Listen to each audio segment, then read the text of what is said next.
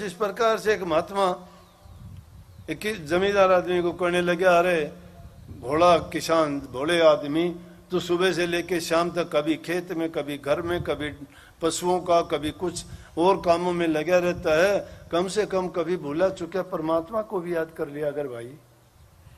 बोला कि परमात्मा को क्या याद कर लूँ, मुझे पता तो नहीं। बोला कभी तुम मंदिर ही चले आ जाया कर। बोला टाइम ही नहीं मिलता। अरे कभी ना कभी थोड़ा बहुत टाइम निकाल के मंदिर चला जाए। बोला मेरे से नहीं होता। कोई आरती विनती कोई तेरे को याद होने वाला, मेरे को कोई भजन वजन भी कोई याद नहीं। बोला कुछ तो तू कर, एक काम कर लिया कर चलो। बोले कि हाँ। बोला अगर तू कुछ भी नहीं मानता तो सुबह उठ के और एक जो भी आदमी, तुझे एक आदमी निश्चित कर ले, उस आदमी को रोजाना देख लिया अगर तेरा काम हो जाएगा।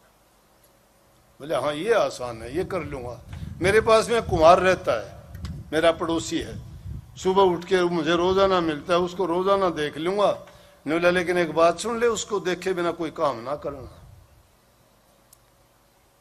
ये विश्वास अटल बनाने की बात है।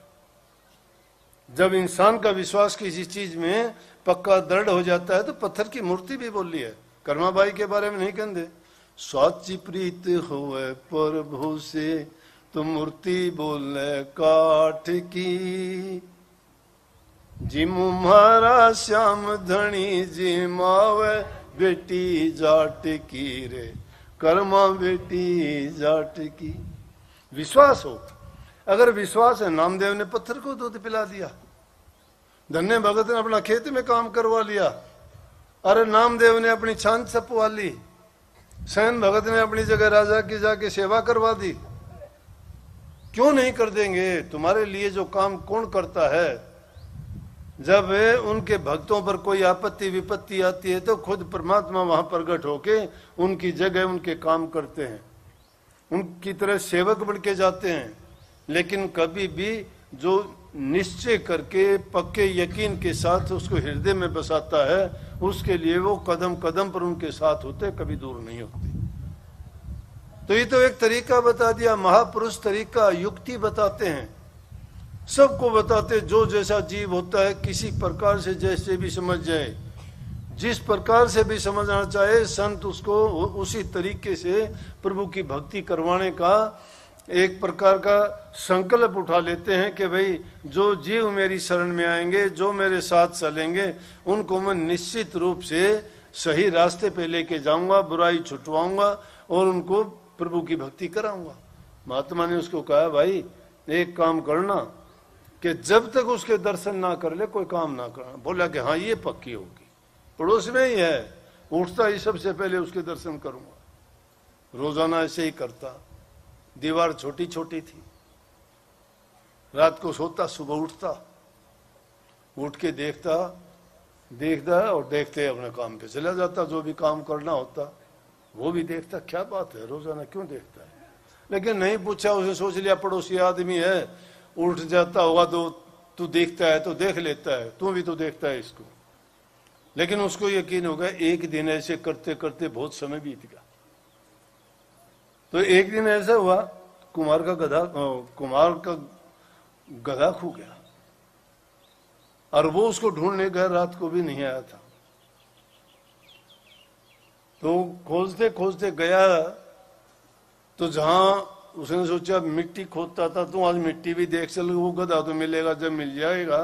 जहां मिट्टी की खदान है उसमें जाके देखा उसने तो खदान की मिट्टी पड़ी हुई और मिट्टी गिरने के बाद में वहां हीरे जवाहरात निकल रहे।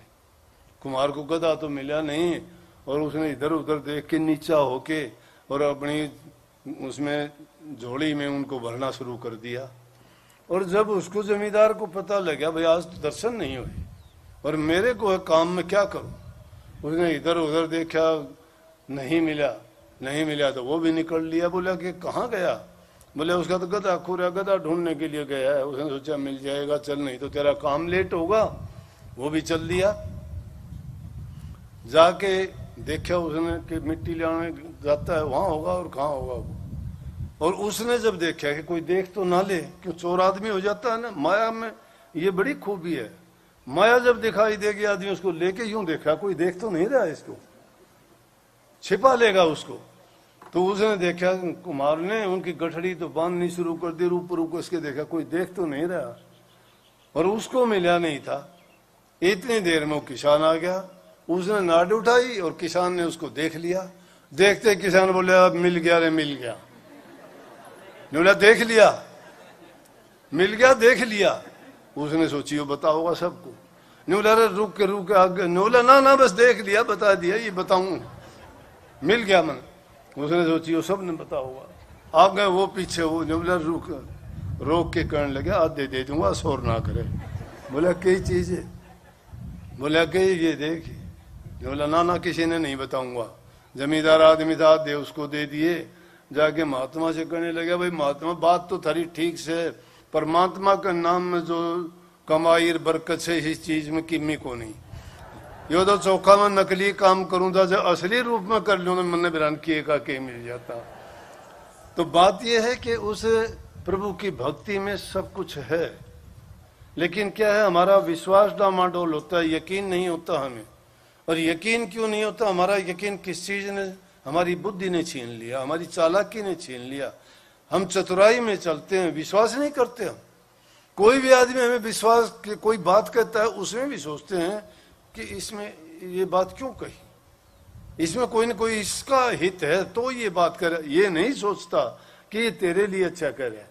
लेकिन सच्चे मन से अगर प्रभु की भक्ति करोगे तो मैं कहता हूं ये हो सकता है थोड़ा बहुत टाइम लग सकता है, परंतु किसी भी प्रकार से तुम्हें उसमें हानि नहीं होगी।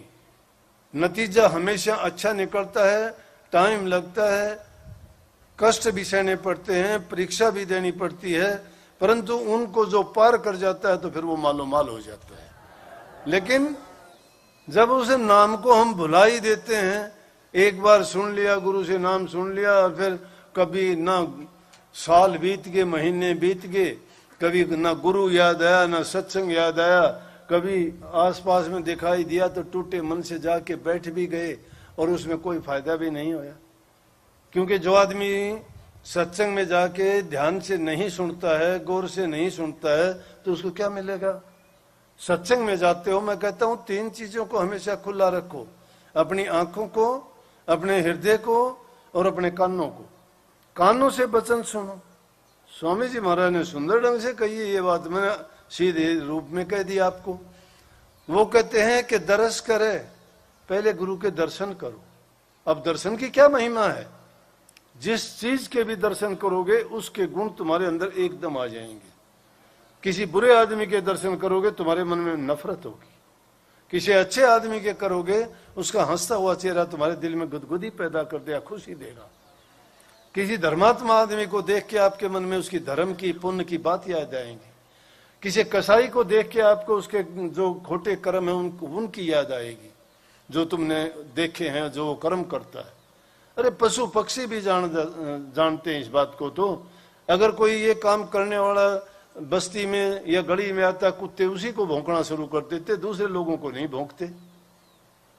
उनको भी पहचान है इस चीज की। तो हमेशा के दर्श करो, दर्शन में बहुत फायदे हैं।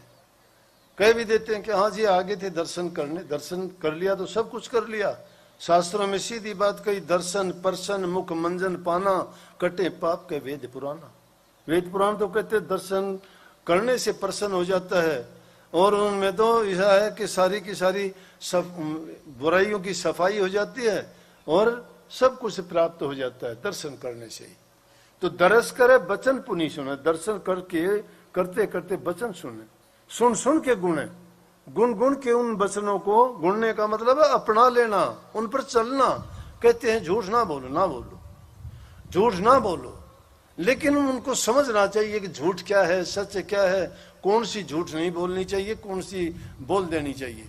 एक झूठ ऐसी होती है जो किसी के जीवन को बचा देती है और किसी का नुकसान नहीं करती, तो वो झूठ बोलने में पाप नहीं लगता है।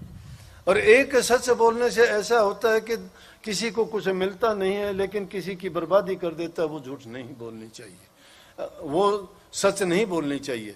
सच वो बोलो जो किसी को कष्ट ना दे, तुम्हारा अहित ना हो। सच वो बोलो अगर उसे सच के कारण कष्ट होते हैं, दुख होते हैं, वो अलग है। सच का मतलब ये है कि तुम्हारे मन के ऊपर, तुम्हारे विचार और ख्यालात पर उसका कोई बुरा असर नहीं आना चाहिए। लेकिन अगर किसी के हित की बात है तो उसमें ये फैसला करके ही बोलना चाहिए कि सच और झूठ कौन सी चीज बोलने में हित होगा।